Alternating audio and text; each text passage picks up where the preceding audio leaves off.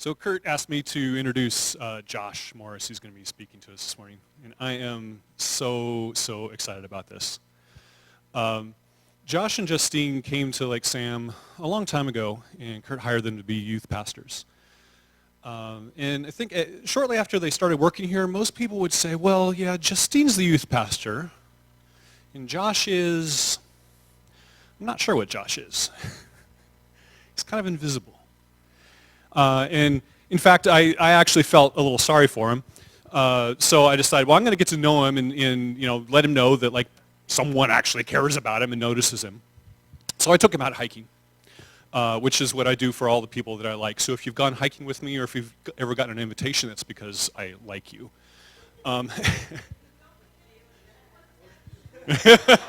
Well, And I found out that actually Josh was not invisible. He is quietly competent. He is like the plumbing and the wiring in a building that makes it habitable. And if it works great, quietly in the background, you don't notice it. It's just there, making your life better. And as I watched him, I realized, Justine can only be who she is because Josh is who he is, and he is the equal part of that team. He's just the quiet part of the team. And I watched him work with the youth group for a decade. He would regularly teach and preach to the youth, and he mentored and grew an entire generation of kids. And I just stand in awe of his integrity, his willingness to do whatever needs to be done. He's just an amazing guy. And, as God took them in a different direction a few years ago, so they're no longer on staff. But even today, I still hear conversations of people standing around some piece of equipment going, man, this thing just doesn't work. Well, I don't know, how do you fix it? Well, I don't know how you fix it. I know what I'll do. We'll call Josh, and he'll come fix it. So please give your attention to Josh, and this is going to be a fantastic experience this morning.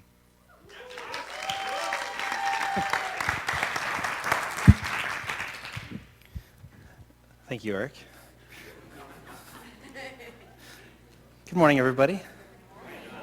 Thanks for braving the snow, the elements. We could go out and have a little Winter Olympics out there, right? Be kind of fun. Do some sledding. Some skis? Be a little bit shallow for skis, wouldn't it? I don't know. Anyway, so yes, as Eric says, I'm a self-proclaimed introvert, strong silent type, nonverbal processor. I'm one of the half that didn't raise their hand as a verbal processor last week. So you might wonder why I'm actually up here using verbal processing to speak something to you. Well, when Kurt asked me to speak last week, or asked me to speak this week, I felt like I had to say yes. Not because of Kurt telling me I had to say yes, but I just felt like there was something in my heart that God had been doing in my heart that I wanted to share with you. And I think there's two cool things about me being up here. Two cool things for you about me being up here is one is most of the time that people that stand up here are verbal processors. So you get their point of view. You get their experience base. I have a totally different experience base than a verbal processor that stands up here. And so you get to hear something from God that's from a totally different standpoint. So especially for you nonverbal processors, this might be kind of interesting. I don't know.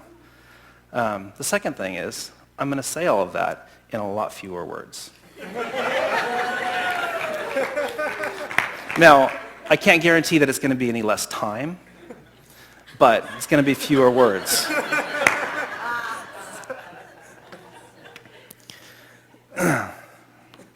So we are in the Empowered series, and our hope, we've actually been in this series for just over a year. I think it was January 13th last year was the first Empowered sermon. And really what this is about is figuring out how we as individuals, how we as a church can come to a place where God can work through us, where the Holy Spirit can come on us and work through us.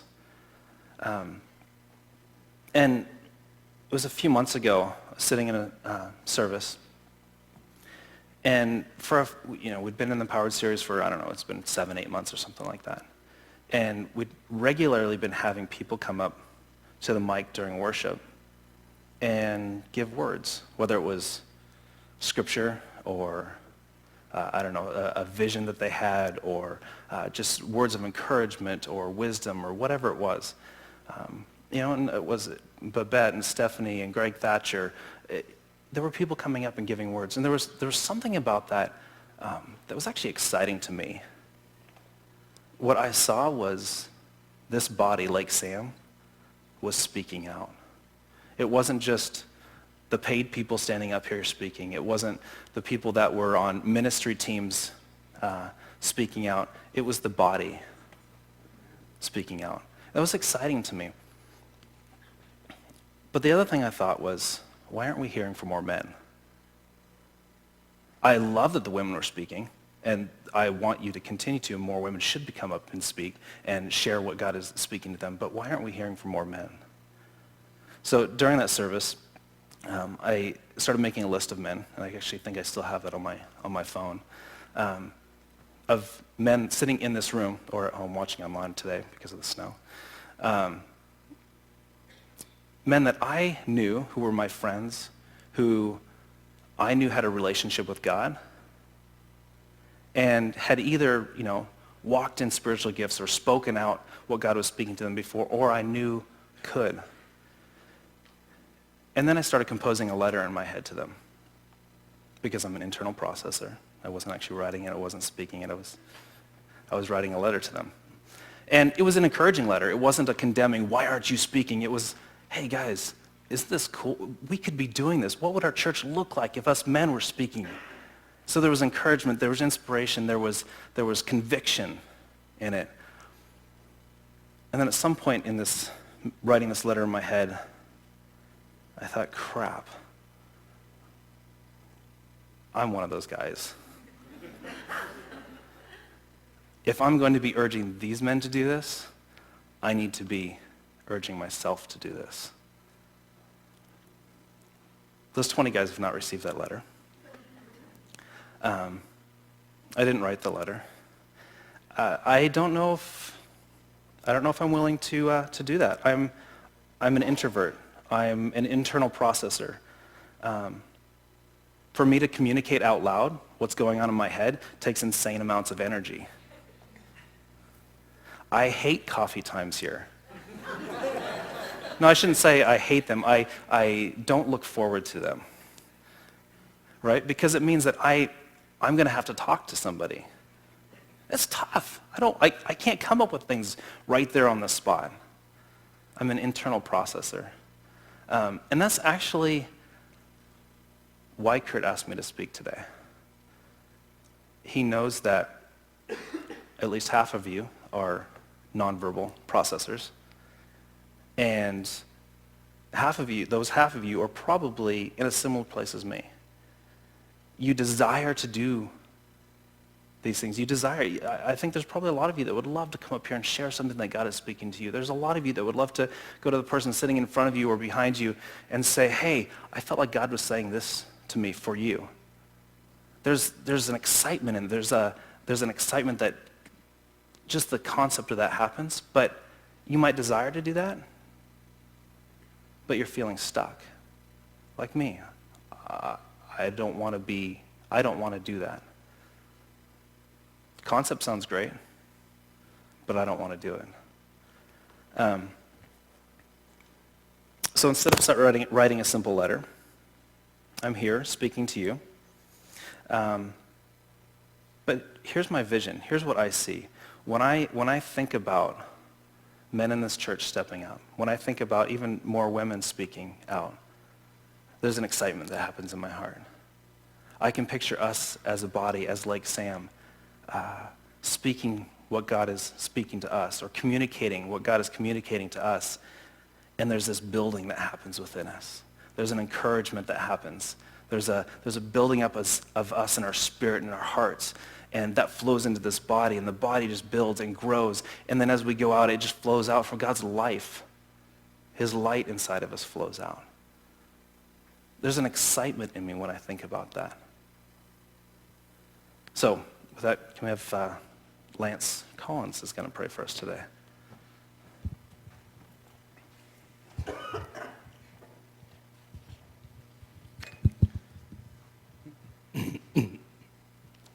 Lord, thank you for bringing us here this morning.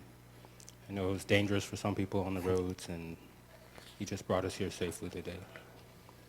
Lord, I pray that you will speak through Josh today and help us all to hear in our own personal way, and that you would just affirm what he says in our heart, and that it comes from you, Lord. And I pray that you would just encourage us and help something to be said today that would help us to move more actively in you, Lord. And I pray for our friends at Bel Prez.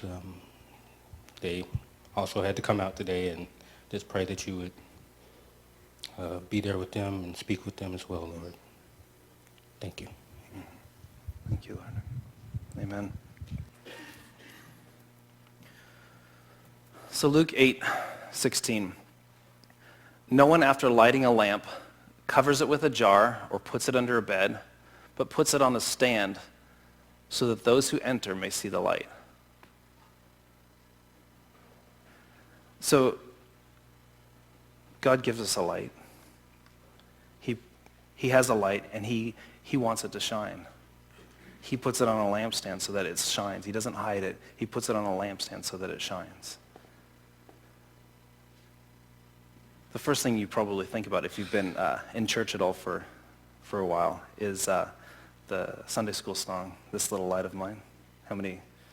This little light of mine, I'm going to let it shine. I think I actually have a problem with that song. This little light of mine, I'm going to let it shine. I think here's the issue that I have, is I'm having trouble making this light shine. I'm stuck.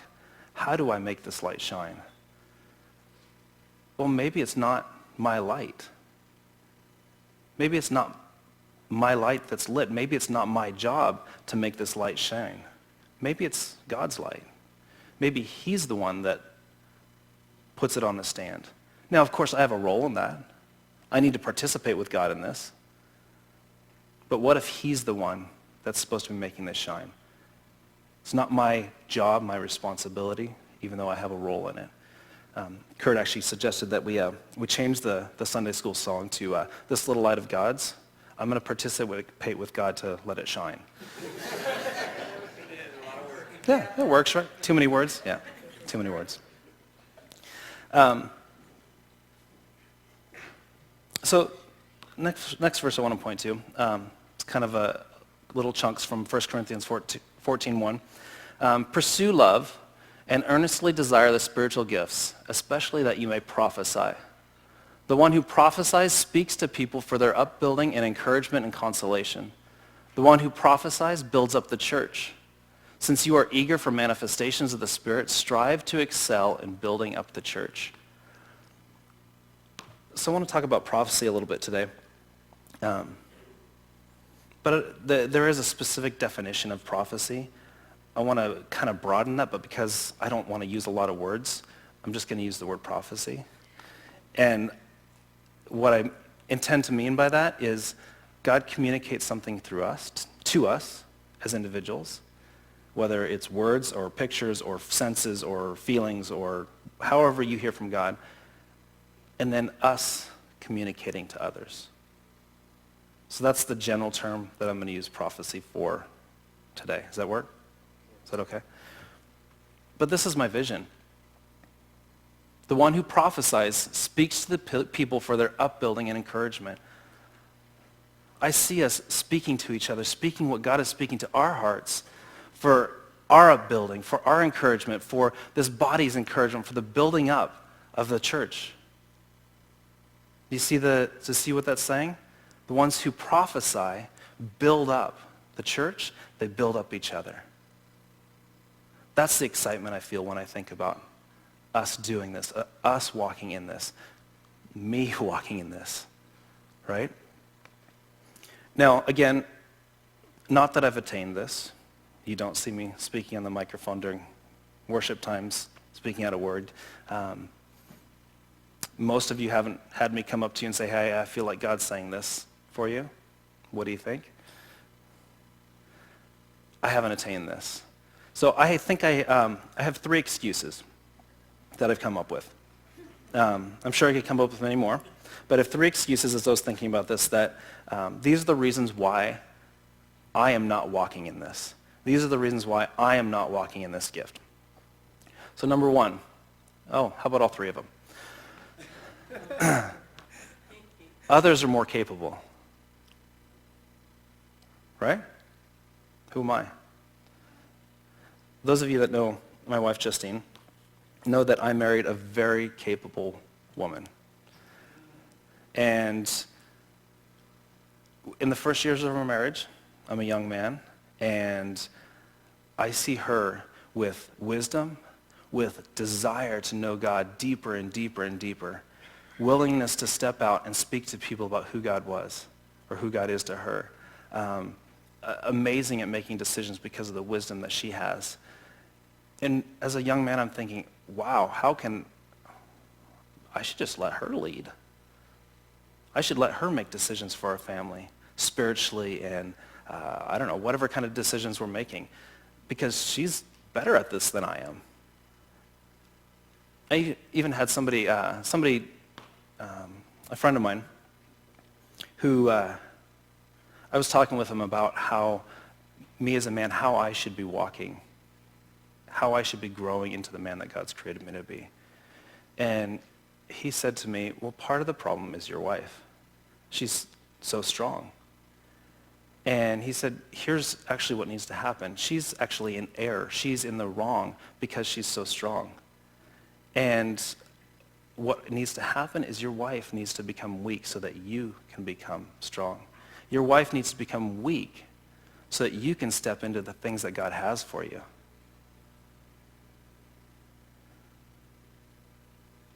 No. I came to Jess, I don't know if it was later that day, but it was soon afterwards, and I said, babe, I don't need you to become weak for me to succeed. I don't need you to give up the gifts that God has given you for me to become the man that I need to be. I need to step up. I need to become the man that God created me to be.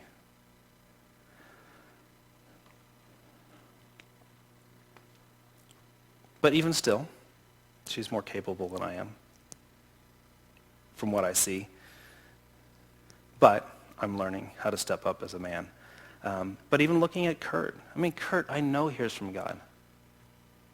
He hears what God says, and he does it. He goes after that. He's more capable than I am. So my second excuse, I don't have the authority. Justine and I, as youth pastors here at Lake Sam, for 9 years, I think it was, I found a way to speak into the kids' lives. I found a way to hear God and speak to them and communicate what God was speaking to me. And kids' lives were changed. Youth's lives were changed because of what God was speaking through me.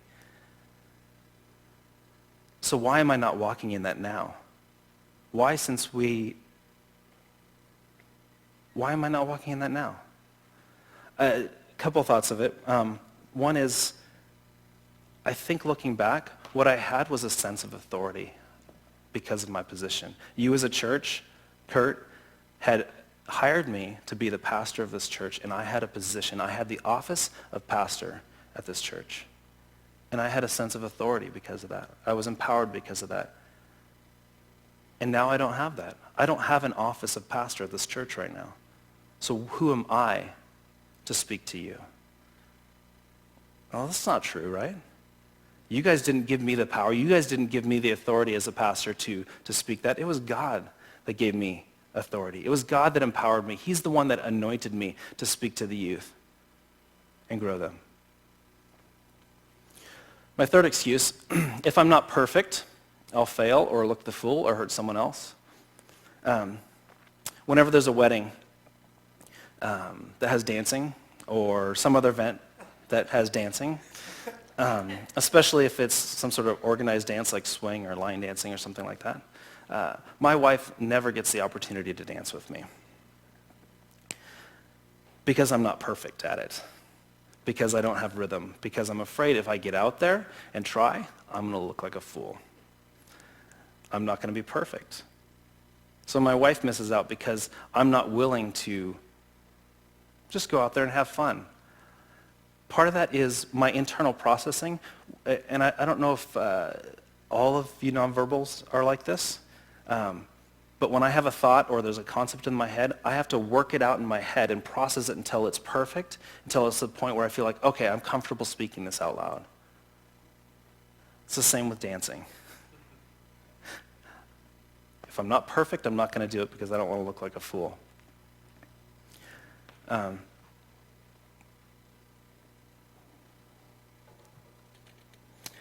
Yeah, I'm not a verbal processor, and I don't feel like I can communicate quickly or well enough. And so that keeps me back from speaking out a lot. And this isn't just spiritual life. This is in our family. This is amongst my friends. This is at work meetings. When there's an idea being thrown out and there's creative concepts being talked about, thoughts will come into my head. I'll have an idea, and then I'll have to process it. Wait, is that the way it should look? No, that doesn't work quite right. Maybe it should look this way. I start processing everything, and by the time I get it worked out in my head, everybody else has moved several steps down the road, and the timing's off. So I'm not going to share it because I'll look like an idiot because I'm way behind where everybody else is, right?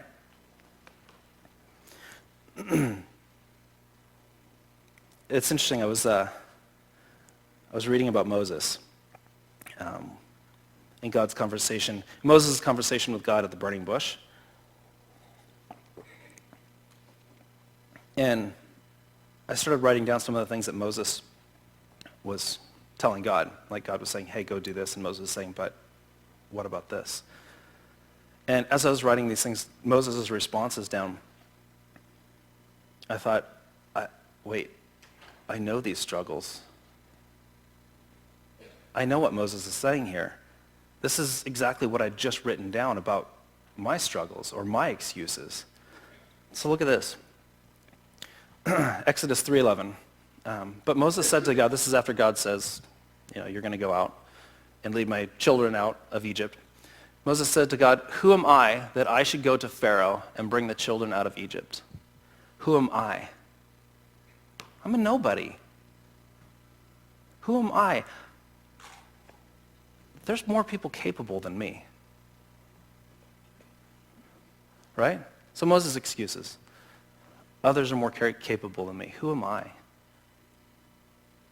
Don't use me, use somebody else. And even Moses, his own insufficiency, his own feelings of insufficiency were a barrier to him. He even had greatness under his belt. He had walked with Pharaoh, right? How many people walked with Pharaoh? Not many, I don't think. But even after greatness, he still felt like he wasn't capable. Then Moses said to God, if I come to the people of Israel and say to them, the God of your fathers has sent me to you, and they ask me, what is his name? What shall I say to them? Who are you, God? Who are you? When they go and ask me who this is, what am I to tell you? What's the authority that's telling me? Whose authority am I walking under? Right? Moses said, I don't have authority. Moses had been in Egypt, had had the authority of Pharaoh over his life, was anointed by Pharaoh to do work, to lead, but now he's going back to Egypt without that authority. And he's afraid. I can't walk into Egypt without this authority because no one's going to believe me. Who are you, God? What authority am I walking into Egypt with?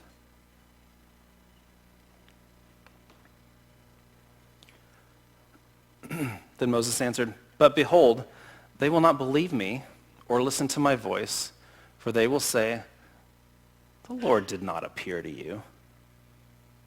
They're not going to believe me. I'm going to look like a fool because I don't have the words to speak. And actually, I think that the next one, yep.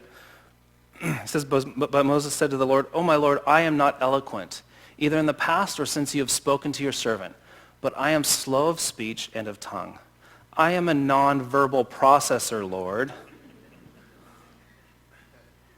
I don't communicate well out loud. My timing's going to be way off.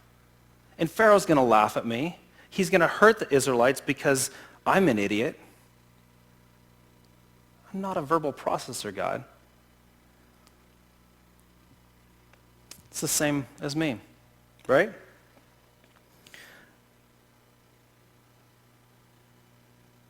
The interesting thing is, after each one of these responses to God that Moses had, God responded to him and said, "No, this is how I'm going to provide for you.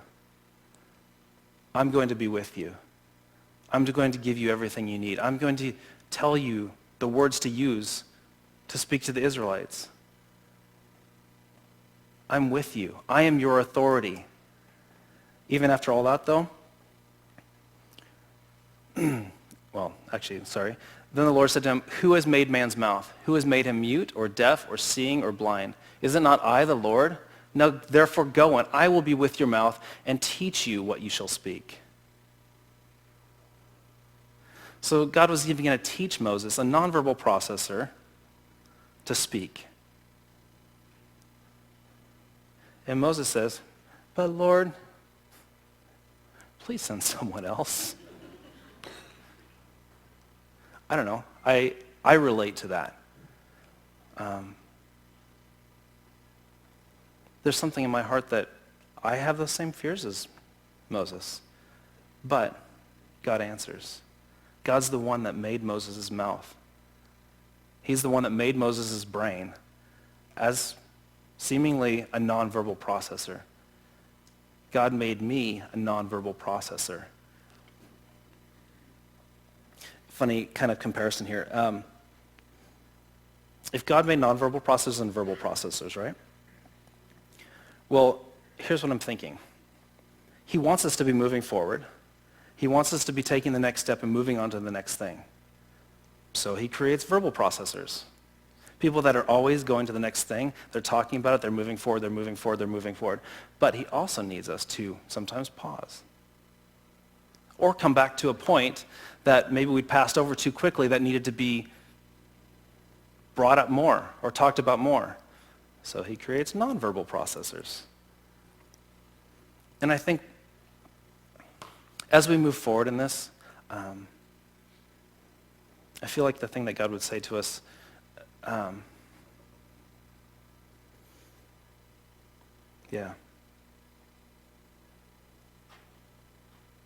going to back up a second.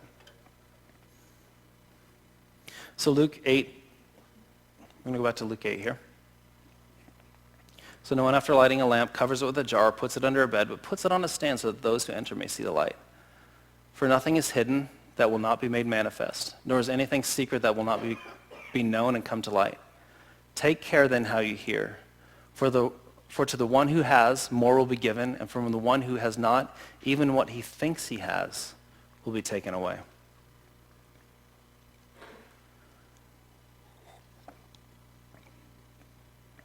There's something as a nonverbal processor that makes this last line a little bit sobering.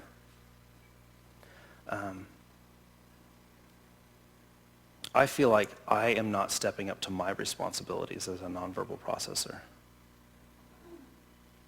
in speaking out what God is communicating to me. I think I have something, but I'm not stepping up to my responsibilities. And what I hear this saying is, to the one who, even what he thinks he has, if he doesn't use it, it's going to be taken away. That's sobering to me. God's given me something, but what if I'm not willing to use it? What if I'm not stepping out and speaking what God is speaking in my heart?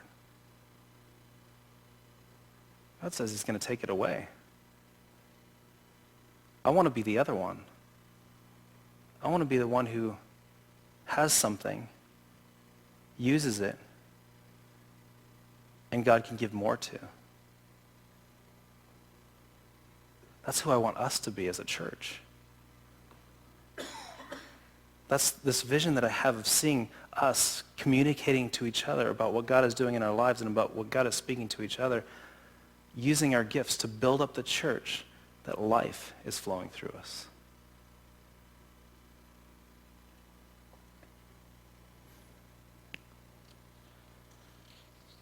I think there's one kind of practical step in this that if this is something we're going to move forward in, I think there's two things that we need to consider. One is the nonverbal processors in here, the ones that think about things and stew on them and then get to a point that you're ready to say it, but the timing's gone. I think you need to allow yourself the grace to step up and speak it out, even though it may seem like timing's gone and it'd be a good excuse. They've moved on, I don't need to say it. Please allow yourself the grace or the I don't know what it would be, to speak it out. God created you. He created your mouth to speak. He put something in your heart, and he wants you to share it. The other side of it is verbal processors. Kurt was actually saying this, so coming from a verbal processor, he says that verbal processors have a very easy time going back to something. Yeah, let's talk about it again. That works. Verbal processors, I think what we would need from you is the grace to allow us to step back to something that maybe was already covered. I just felt like that was a practical step that as we're moving forward in this as a body, as we are becoming more empowered. Anyways.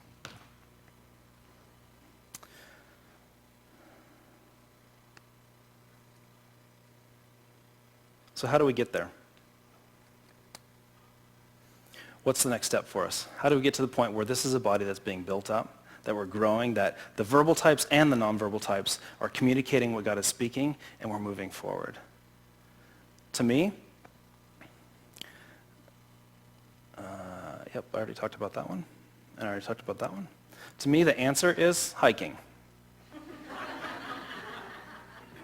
Yes, hiking. Putting on your boots, putting on a backpack, getting some water, and going up hiking in the mountains.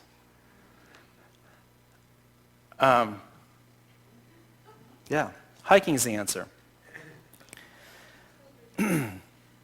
And here's why. I've gone hiking with Eric a number of times. Not as many times as he would like. That's for sure. Mm-hmm. And I actually enjoy hiking.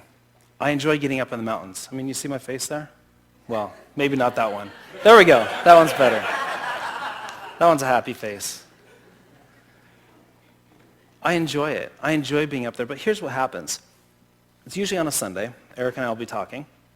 And he'll say, we should go hiking this week. I'm like, the words that come out of my mouth are, yes, let's do it. But instantly, there's this visceral reaction in me that's like, no, I don't want to do this. Because I know that over the next couple days, I'm going to have to find my hiking gear that's packed away somewhere in the garage, figure out what the weather's going to be like, figure out what trail we're going to go on, figure out what kind of gear I'm going to need to pack. And then the night before, I'll kind of gather it together. And the next morning, way before the sun is awake, I have to go downstairs, gather my stuff together, fill my water bottles, put on my boots, go out in the car, drive up to someplace and get out in the cold and start walking. And there's just something in me that just does not want that. But we get up a couple miles and all of a sudden I'm enjoying it. We're getting out into the mountains. I mean, who wouldn't want to look at that? Right? Well, not the face, the mountains. It's amazing. And we get down to the car and I'm like, let's do this tomorrow. And just to prove that I actually like it, Eric, video, audio, there we go. So Eli, this is me. I'm in the woods I'm hiking. Not hunking, I'm hiking. Check this out.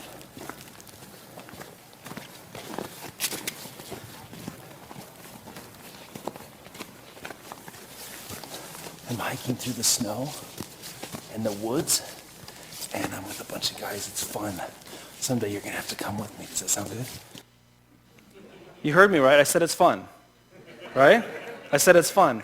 I enjoy it so much that I want to do it again and again. But anytime we go to plan it, usually what happens is the night before I call Eric, I'm going to say, dude, I'm sorry. I'm sick. Or I've got something else going on. Even though I know I have fun and I know I like doing it. So what do I need to do to get to the point where I not only enjoy all of the hiking experience, but I look forward to it? Here's what I think would need to happen. And I'm not saying this is going to happen, Eric. I would need to schedule a time to go hiking with Eric probably once a week. And what's going to happen? If I start going hiking with Eric once a week, here's what's going to happen. I'm going to realize, okay, I need better shoes. I need a different kinds of hiking gear, different size water bottle, or different hiking poles. I'm going to figure out what kind of gear I need. And I'm going to go buy it. And it's not going to be hidden in my garage somewhere. I'm going to have a backpack with my stuff ready to go. So that when Tuesday morning at 5 a.m. rolls up, I can walk downstairs, even in my sleep, grab my backpack, put it on, and head out the door. Right? Second thing that's going to happen, if I schedule this and do it regularly, I'm going to build up strength. My muscles are going to build up strength. And I'm going to be able to hike longer. I'm going to be able to enjoy hiking more instead of worrying about whether I'm going to get blisters or collapse from exhaustion or something like that. I'm going to gain more strength, and I'm going to gain more confidence in what I'm doing. I'm going to know what my body is capable of. Mentally, physically, I know what's going to happen. I feel like there's a bit of that in prophecy too. Doing it once is scary. Thinking about it, oh wait, I feel like God just spoke something to me. Do I have to go say this to somebody? There's a fear that builds on me. There's a no, I'm not going to do this. Or maybe you even don't have a thought from God. Maybe it's just, heck no, I'm not going to do that. I'm not going to put myself there. But Paul says to earnestly desire the spiritual gifts and even more desire prophecy. Why wouldn't we want that? Why wouldn't we go after that? There's a thing that happens in athletes. And I'm actually throwing Eric into this camp as well. The more that they do something, there's something that happens neurologically, physiologically in their body. The more that they do something, the endorphins and the neural pathways are created to the point that not only do they enjoy the movement, not only do they enjoy the exercise, but their body actually looks forward to it. Their body wants to do this. What if it's the same for walking in these spiritual gifts, in walking in prophecy, in speaking out what God is speaking to you? What if the more we do it, we get to the point where we not only enjoy doing it, but where we desire to do it, where we desire to see the building up of this church, the building up of this body, and seeing God provide and lead and fulfill and prosper and I'm hoping that maybe in your heart you have a little bit of excitement in you for this. Even if you're a nonverbal type or nonverbal processor. That there's something in you that the vision of this or the where this could take us is actually a little bit exciting to you. So I thought about having some sort of call to action or having you guys speak up and give me some thoughts. But I know that the nonverbal processors need some time to think about this.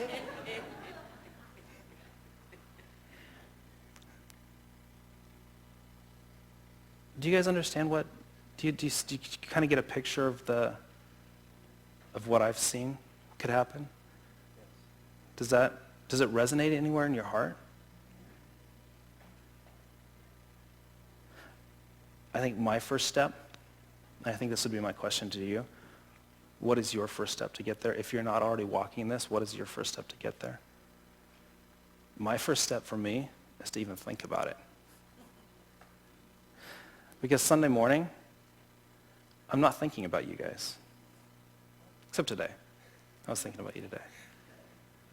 I'm thinking about getting my kids to Sunday school. I'm thinking about, well, because I work back here a lot, I'm thinking about, is the video up and running?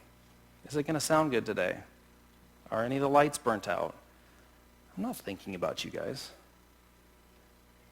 I'm not actually even really thinking about what God's going to speak to me from Kurt. So for me, my first step is I need to figure out a way to actually remember to think about it. Maybe that's a reminder on my phone. I don't know. Maybe Sunday's not the best day to actually think about it for me.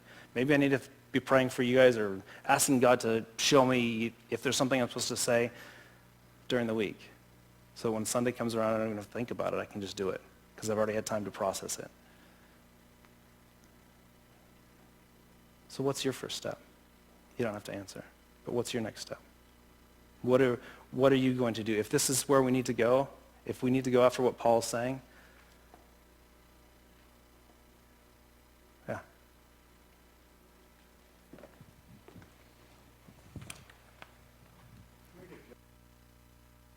Gosh, thank you. It's so much fun to be part of this church and specifically the values. It's cool to see people coming up as we have moved from paid staff to more and more volunteers, regular people, doing all the things, carrying the weight of ministry. Everything from this morning, I'm just thinking about this because your sermon is a perfect lead into all these things. It's basically stepping up into action. You do have the authority. You've been given the authority, purposefully asked to step up as part of this body for the edification of the body, to build the body. And Josh and Justina are such a wonderful example of that with their family. So cool, even this morning as it snows, our first calls to kind of whether or not we can pull off the service once we decide we can are all to volunteers. It's not to, normally there'd be contract people, paid staff, these things. It's all volunteers. If it's not coming up and speaking, maybe it's serving in some capacity, all necessary. And one of the things I'd say, too, as somebody that's kind of sorted out prophecy, is that if you're young in that and if you're curious, you can always come up and grab any one of us, Justine, Josh, myself, Kurt, and say, hey, I think I have something. You can even tell us what it is and say, would you discern with me, is this from the Lord? And speak it out. And thank you, Joy, as well, for coming up this morning. I'll see where you are, and speaking, and for stepping out. Thank you for doing that. So again, we love you, want to help you in this any way that we can. So if you would, and if the band would come up and join me, please, let's take communion together.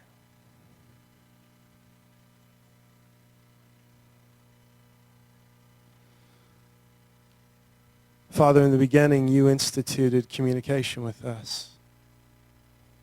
Lord, you brought about a way and a system for us to be together. You walked with us. We walked with you.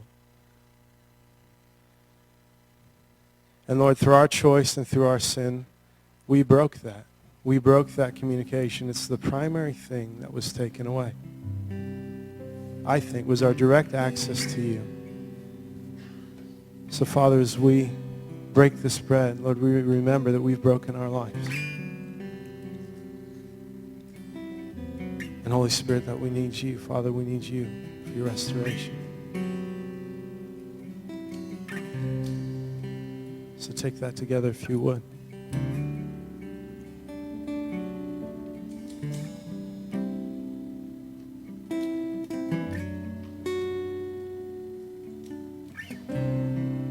Jesus, thank you that you came as the answer.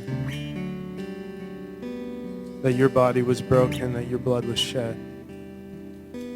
So that all this could be restored, Lord, that you gave us direct access to you, Father, through your Son, by the Holy Spirit. we drink in remembrance to that and belief in that new life. Take that together now, if you would.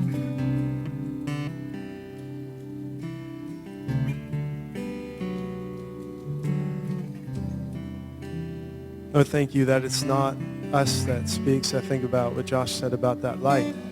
Whose light is that really? Whose words are they really? Lord, thank you that they're yours. That all we do is hear and respond. Father, I pray for each one of us, wherever we are, that we take that next step in responding and stepping out and seeing the fruit of what you bring in our lives as we move forward.